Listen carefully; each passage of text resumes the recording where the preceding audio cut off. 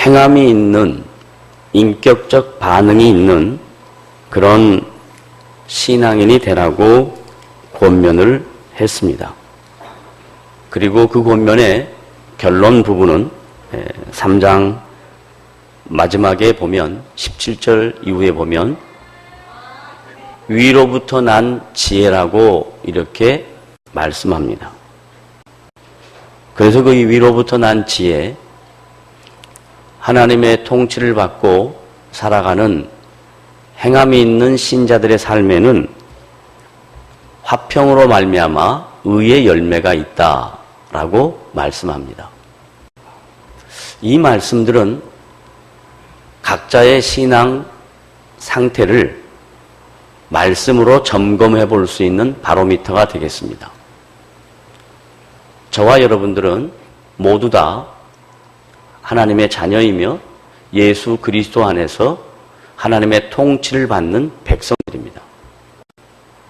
그리고 주님의 자녀가 된 그 시간부터 오늘에 이르기까지 각자에게 주어진 신자로서의 삶, 신앙생활, 그리고 인생을 살았습니다. 그러면 그 인생살이에 그리고 자신의 신앙의 삶 속에 열매가 분명히 나타날 텐데, 다른 말로 표현하면 삶의 결과물들입니다. 그런 것들이 분명히 나타날 텐데 그 삶의 결과물들이 어떤 것이었냐라는 거죠.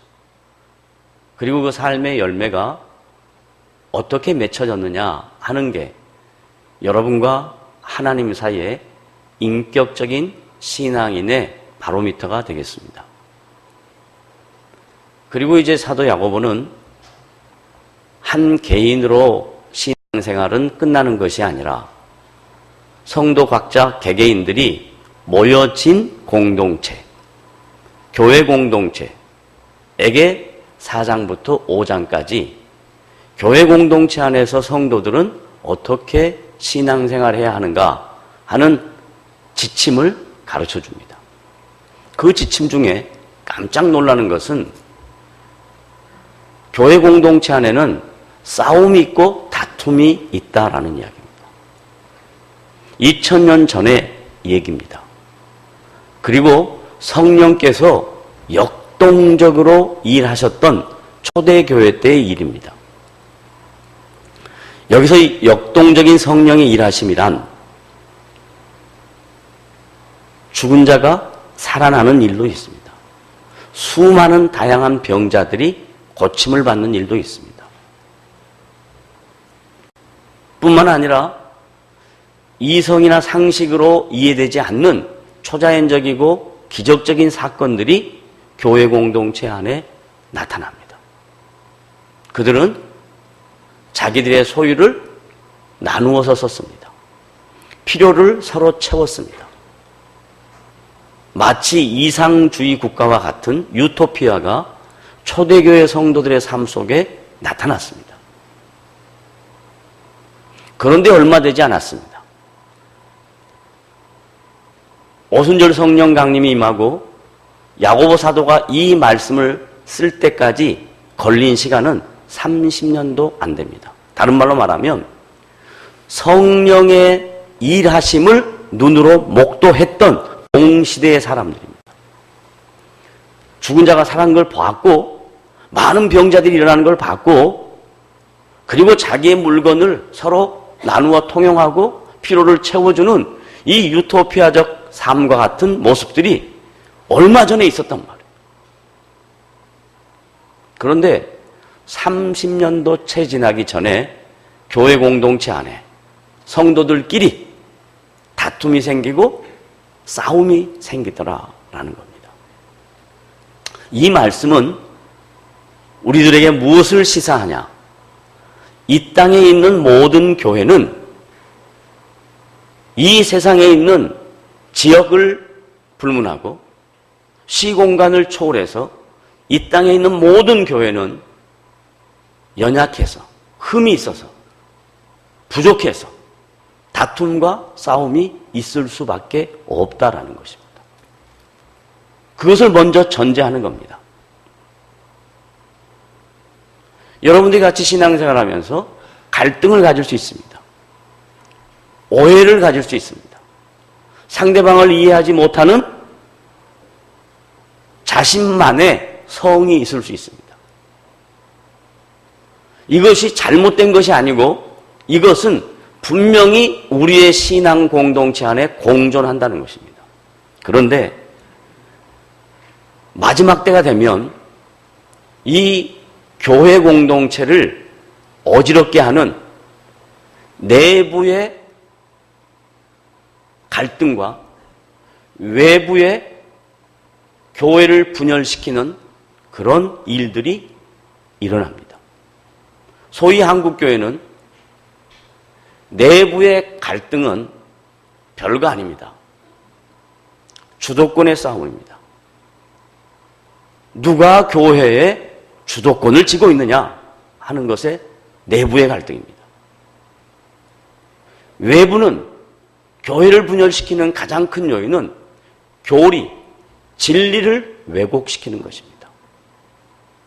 그 진리의 왜곡 중에 가장 두드러진 것이 뭐냐면 기성교회, 지역교회, 이 땅에 있는 모든 교회가 분명히 문제가 있기 때문에 이단들은 특별히 요즘 한국교회를 힘들게 하는 신천지라고 하는 곳은 새 하늘, 새 땅, 이 말은 정말 유토피아적인 사고입니다.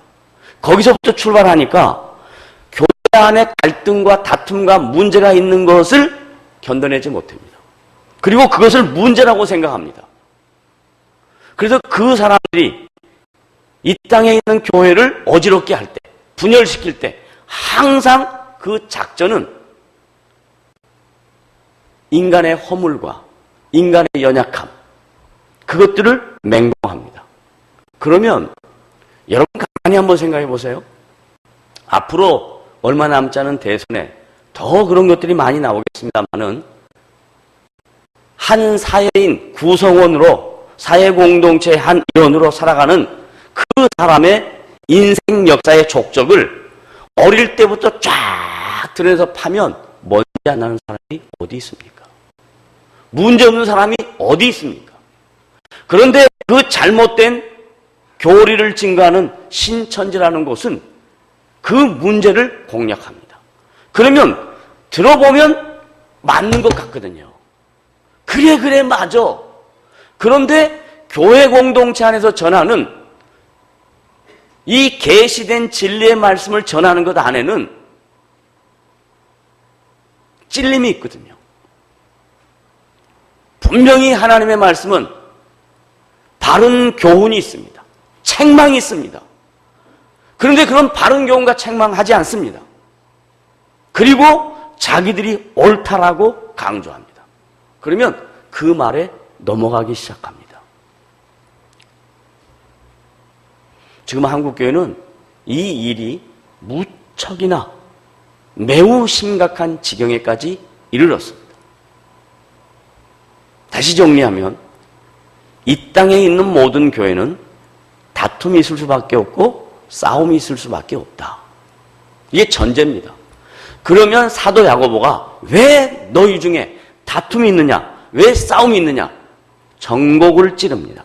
그것은 다름이 아니라 너희 각자가 개개인이 갖고 있는 정욕, 다른 말로 말하면 욕심, 또 다른 말로 말하면 자기 주관, 또 다른 말로 말하면 자기 잣대.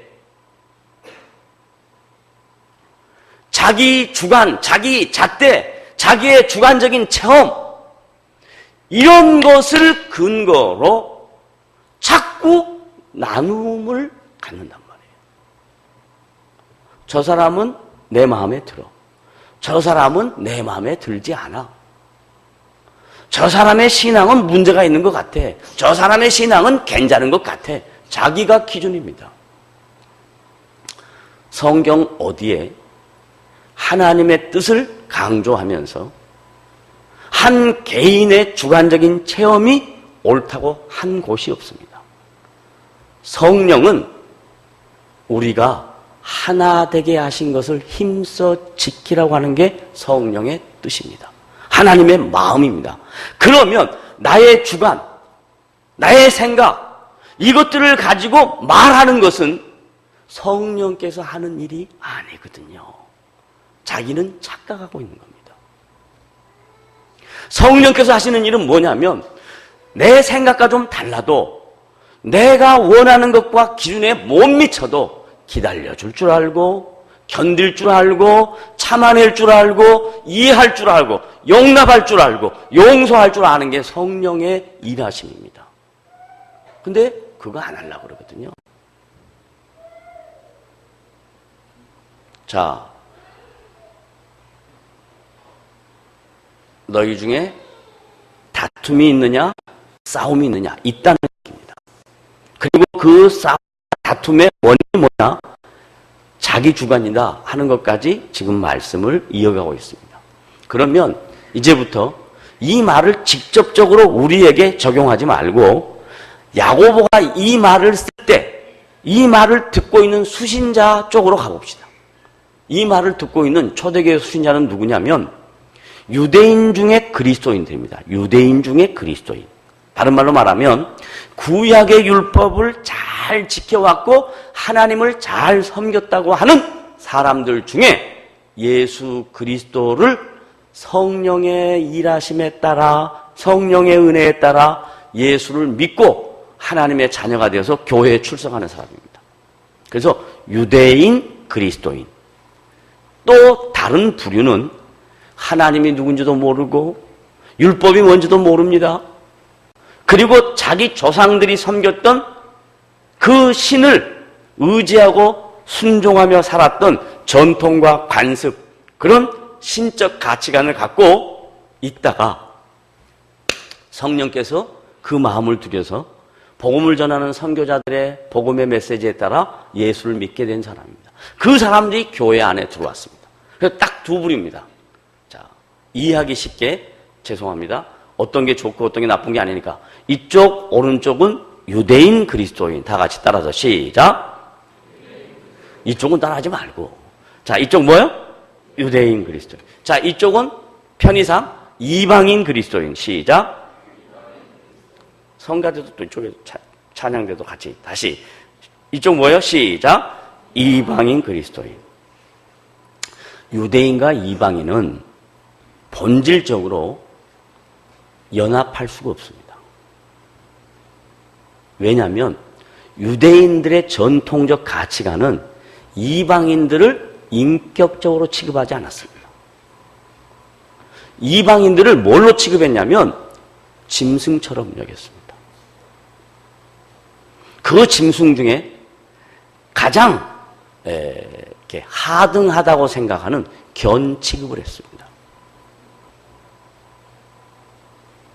그러니까 이방인들이 유대인들을 바라보면 기분이 나쁩니다. 똑같은 인격을 갖고 있는데 우리를 인격적으로 대우하지 않고 비인격적으로 마치 짐승처럼 비하한단 말이죠. 그러니까 이방인들이 매우 유대인들을 향하여 언짢은 감정이 있습니다. 이방인들은 유대인을 보고 뭐라 그러냐면 너희들은 입만 살았다. 구약의 율법을 제대로 지키도 못하면서 매번 말만 하면 남을 난도질합니다. 그 근거가 뭐냐? 율법입니다. 그 근거가 뭐냐? 자기들이 잘 알고 있다는 2000년 동안 내려온 전통입니다. 그게 주관입니다. 주관. 자기 개인의 생각입니다. 그것을 가지고 자꾸 난도질합니다. 그러니까 이방인들이 볼 때 너희들은 입밖에 없다. 이렇게 하는 겁니다. 이 두 그룹이 물과 기름일 수밖에 없습니다. 근데 사회학적으로 하는 물과 기름이 융화될 수가 없습니다. 그러나 복음 안에서 십자가의 보혈의 피로는 물과 기름이 융합되고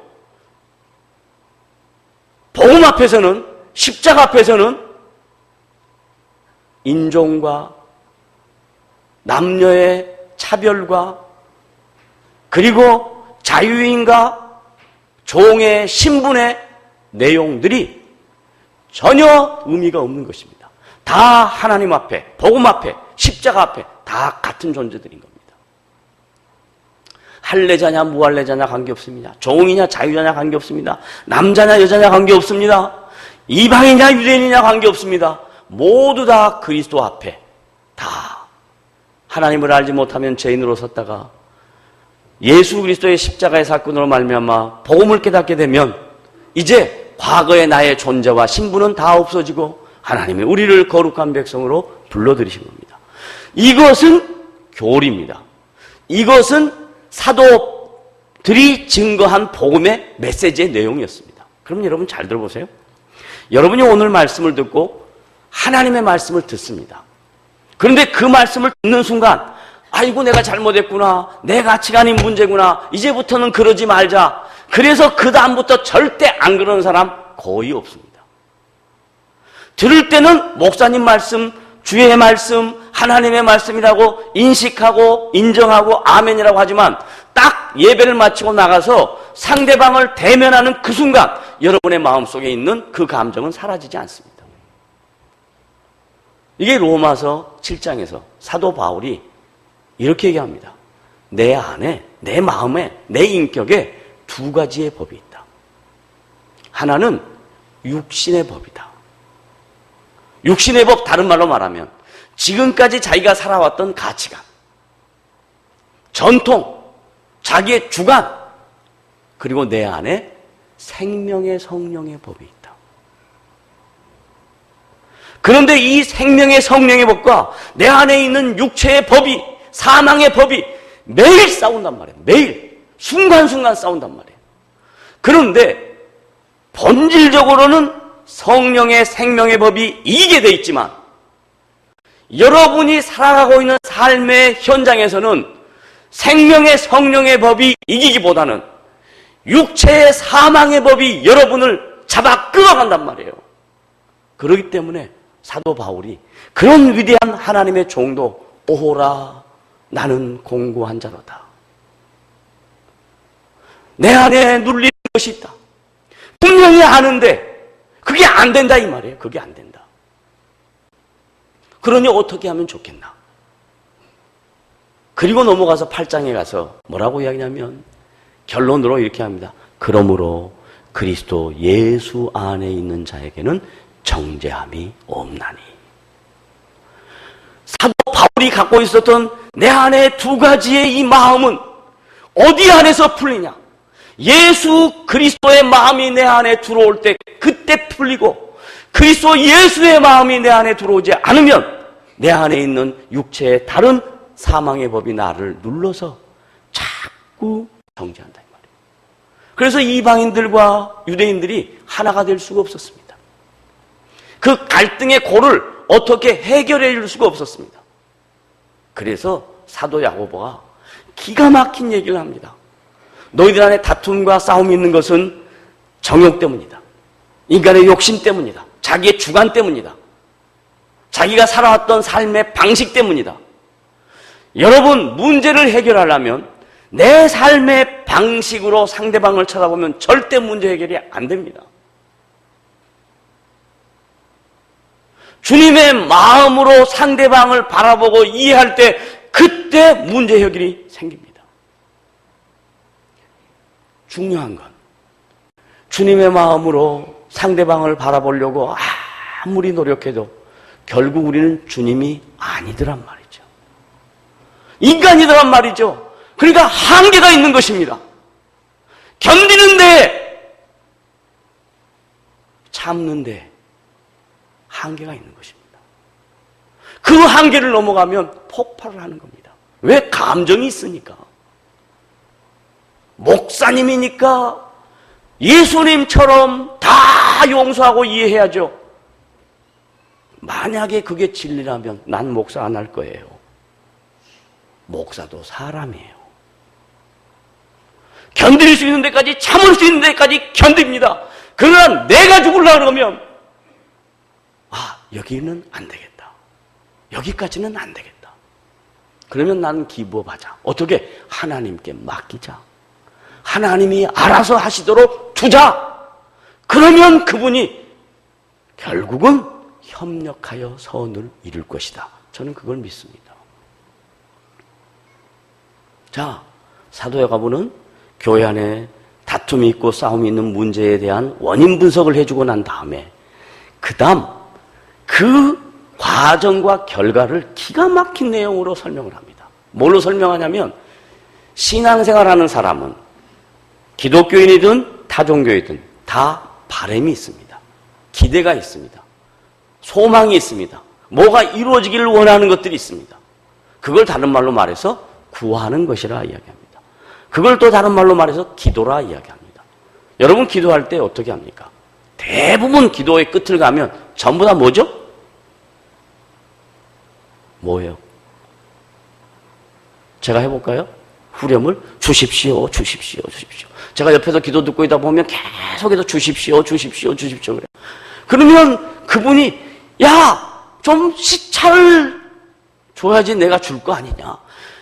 전 세계에서 모든 성도들이 전부 다 동시간에 주십시오, 주십시오. 어떻게 줘야 될지 모르는 거예요.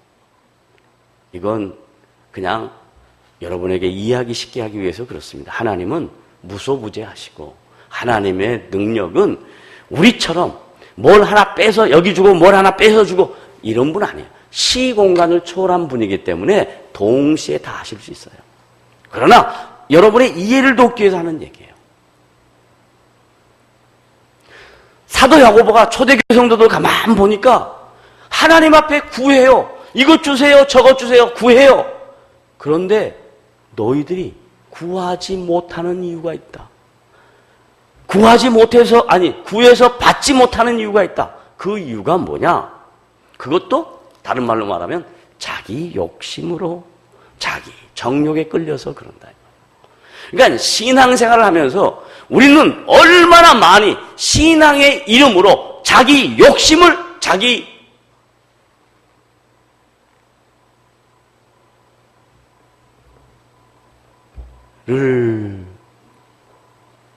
드러내기를 원하는 것이 우리 안에 있을 수밖에 없다는 겁니다. 자기가 증명되기를 원합니다. 분명하게 말씀하지만 자기를 증명하는 그 순간부터 하나님의 복은 끊어집니다. 왜? 상급으로 받아버린 거니까. 자기를 증명하지 않고 그분이 우리를 증명하는 그 시간이 될 때 하나님의 복이 임합니다. 사람이 인정하기 시작하면 그때부터 그 사람은 순수하지 못합니다. 우리의 신앙은 사람 앞에 하는 것이 아니고 하나님 앞에 하는 것입니다.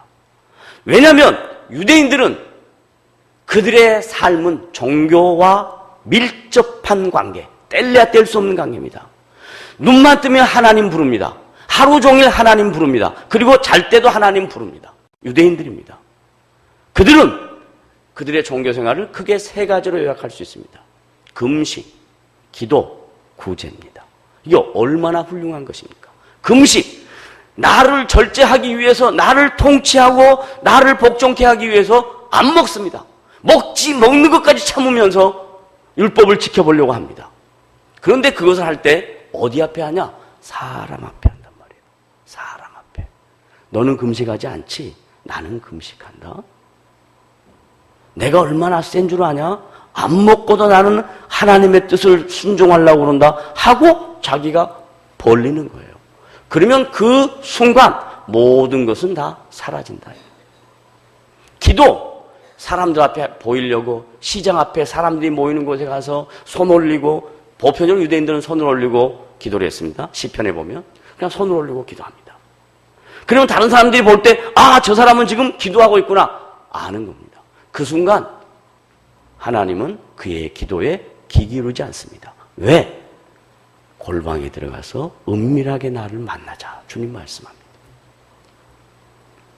구제할 때 많은 사람들 앞에서 내가 이런 일을 했다. 그래서 교회에서 뭐 조금 사회에다가 내면 사진 찍고 기자 부르고 기사 쓰고 난리 법석입니다. 그건 2000년이 지난 유대인들의 모습입니다. 구제는 모르게 하는 겁니다. 주님이 말씀하십니다. 내 오른손이 하는 것 왼손이 모르게 하고 왼손이 하는 것 오른손이 모르게 하라 라고 말씀합니다. 다른 말로 바꾸면 신앙생활이 하는 것은 사람 앞에 인정받기 위해서 하는 것은 신앙의 본질에서 떠났다는 거예요. 신앙생활은 하나님 앞에서 하는 거라는 겁니다. 저와 여러분 각자가 하나님 앞에서 살아가는 겁니다. 그럴 때 사람 앞에서 하려고 하는 사람에게는 오늘 말씀 보니까 너희가 구하여도 얻지 못하면 너희 정욕 때문에 그런다. 다른 말로 바꾸면 열매가 없다라는 겁니다. 열매가 없다는 겁니다. 그 앞에 있는 말하고 똑같습니다.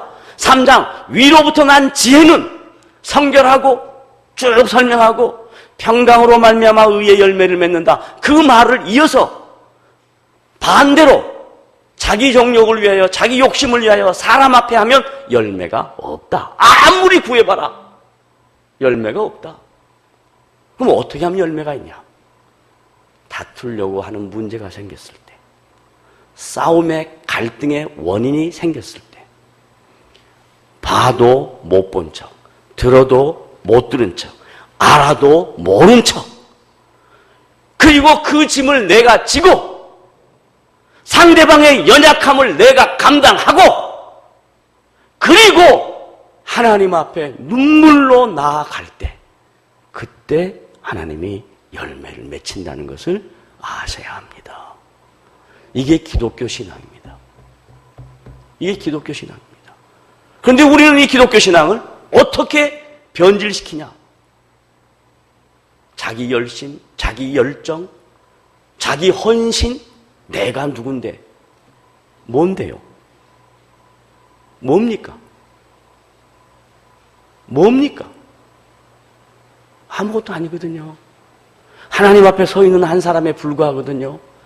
제발 자기를 증명하려고 하지 말고 내 안에서 그리스도가 존귀케 되는 일에 여러분들이 마음을 쓰고 관심을 가지시면 하나님께서 여러분의 인생에 놀라운 은혜로 함께 하신다는 것을 믿으시기를 바랍니다.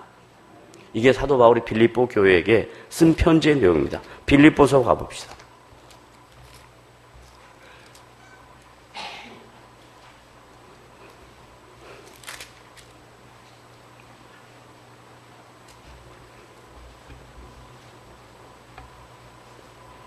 빌립보서 2장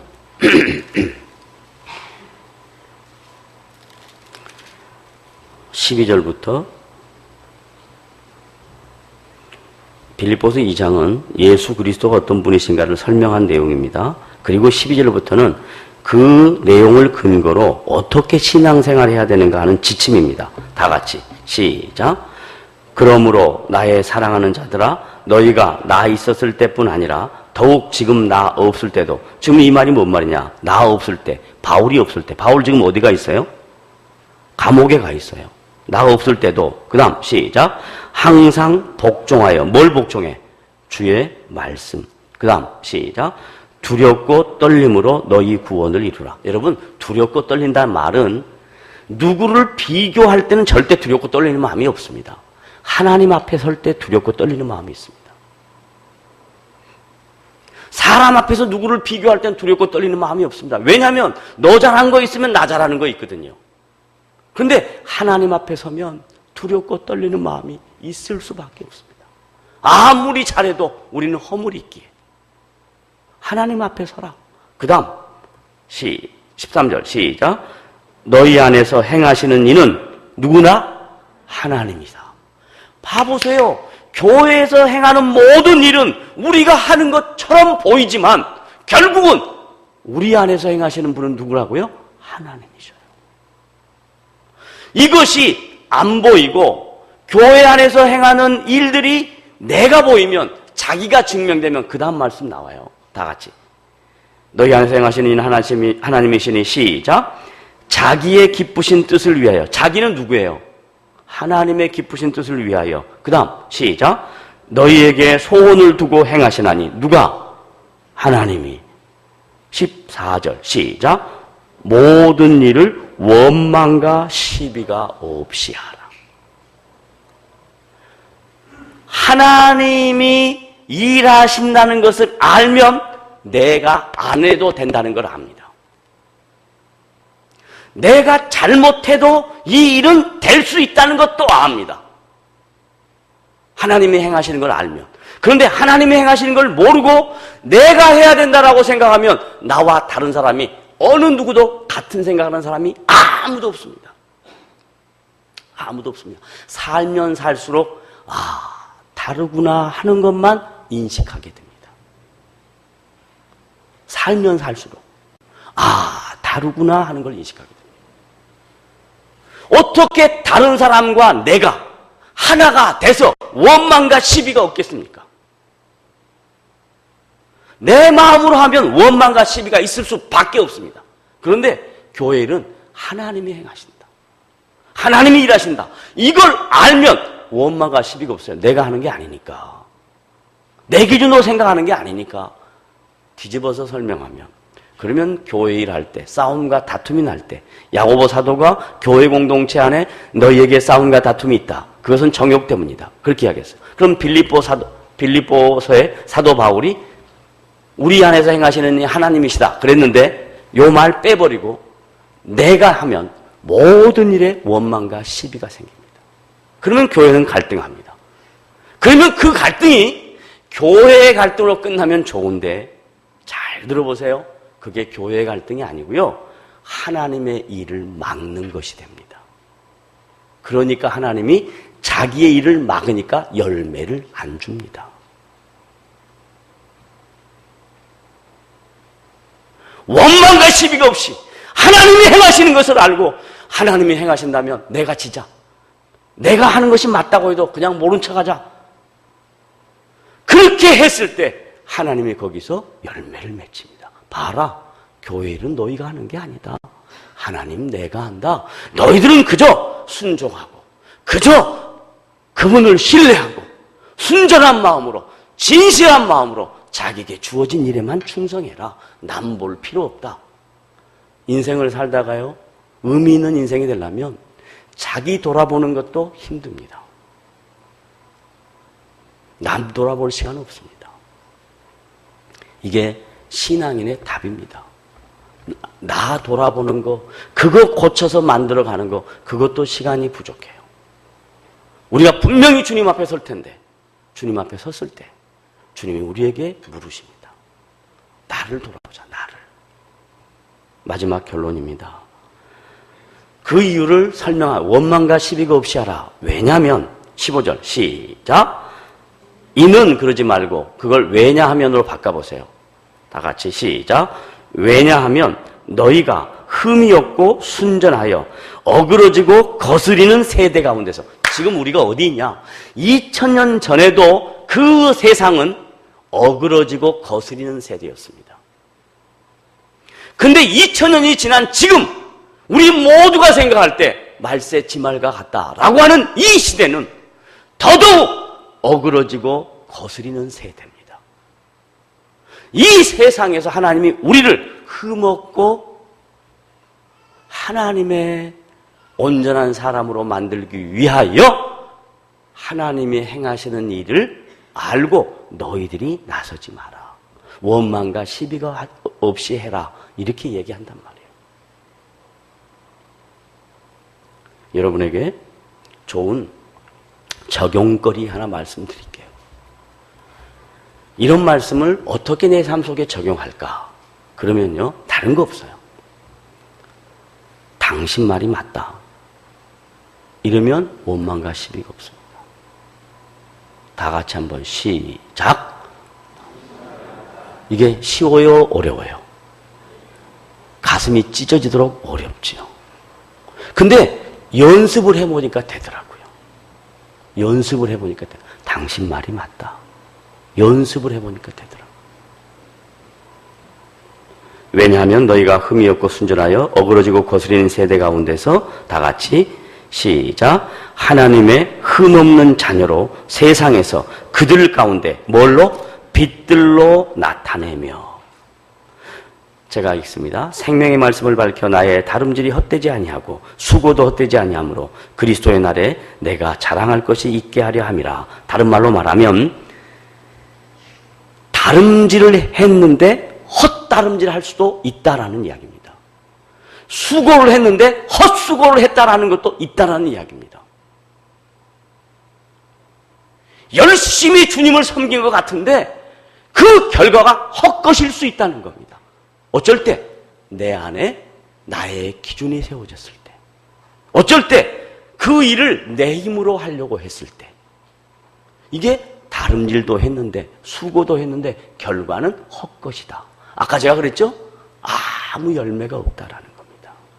그러면 열매는 어떻게 나타나느냐? 헛다람질하지 않는 거죠. 수고하지 않는 거죠.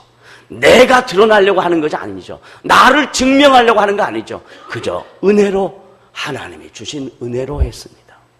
하나님의 은혜입니다. 다 같이 큰 소리로 따라합니다. 나의 나된 것은 하나님의 은혜로다. 그걸 머릿속에 꽉 받고 사십시오. 지금 오늘 내가 이 모습 이대로 있는 거 하나님의 은혜다. 하나님의 은혜다. 하나님의 은혜가 없으면 내 모습 이럴 수가 없다. 하나님의 은혜다.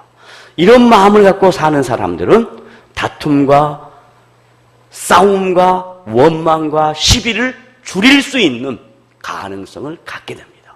그러나 하나님의 은혜가 사라지고 자기를 증명하기를 원하는 사람은 맨날 마음만 뻥긋하면 입만 열면 상대방과 다툽니다. 상대방과 다투면 어떤 결과가 생깁니까? 감정이 상하지요. 그 감정이 상하면 어떻게 됩니까? 단절이 되죠. 교회 공동체 안에 그럴 수 있습니다. 사도 야고보는 이 말씀으로 우리를 지금 권면하고 있습니다. 너희의 다툼이 어디서 나느냐? 너희의 싸움이 어디서 나느냐?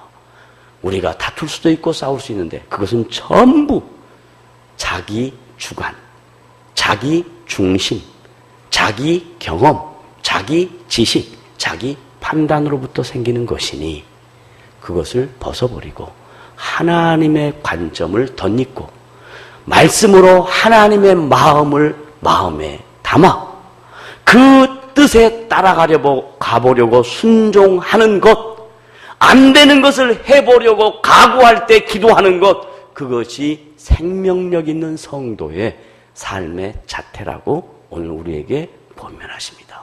저와 여러분이 생명력 있는 성도가 되시기를 주님의 이름으로 부탁을 드립니다. 기도하겠습니다. 고마우신 주님, 오늘 우리에게 귀한 말씀으로 권면하셨습니다. 이 말씀 듣고 깨닫고 또 변화되어 주께서 원하시는 그런 사람들이 되어갈 수 있도록 은혜를 더하여 주시옵소서. 예수님의 이름으로 감사하며 기도드리옵나이다. 아멘.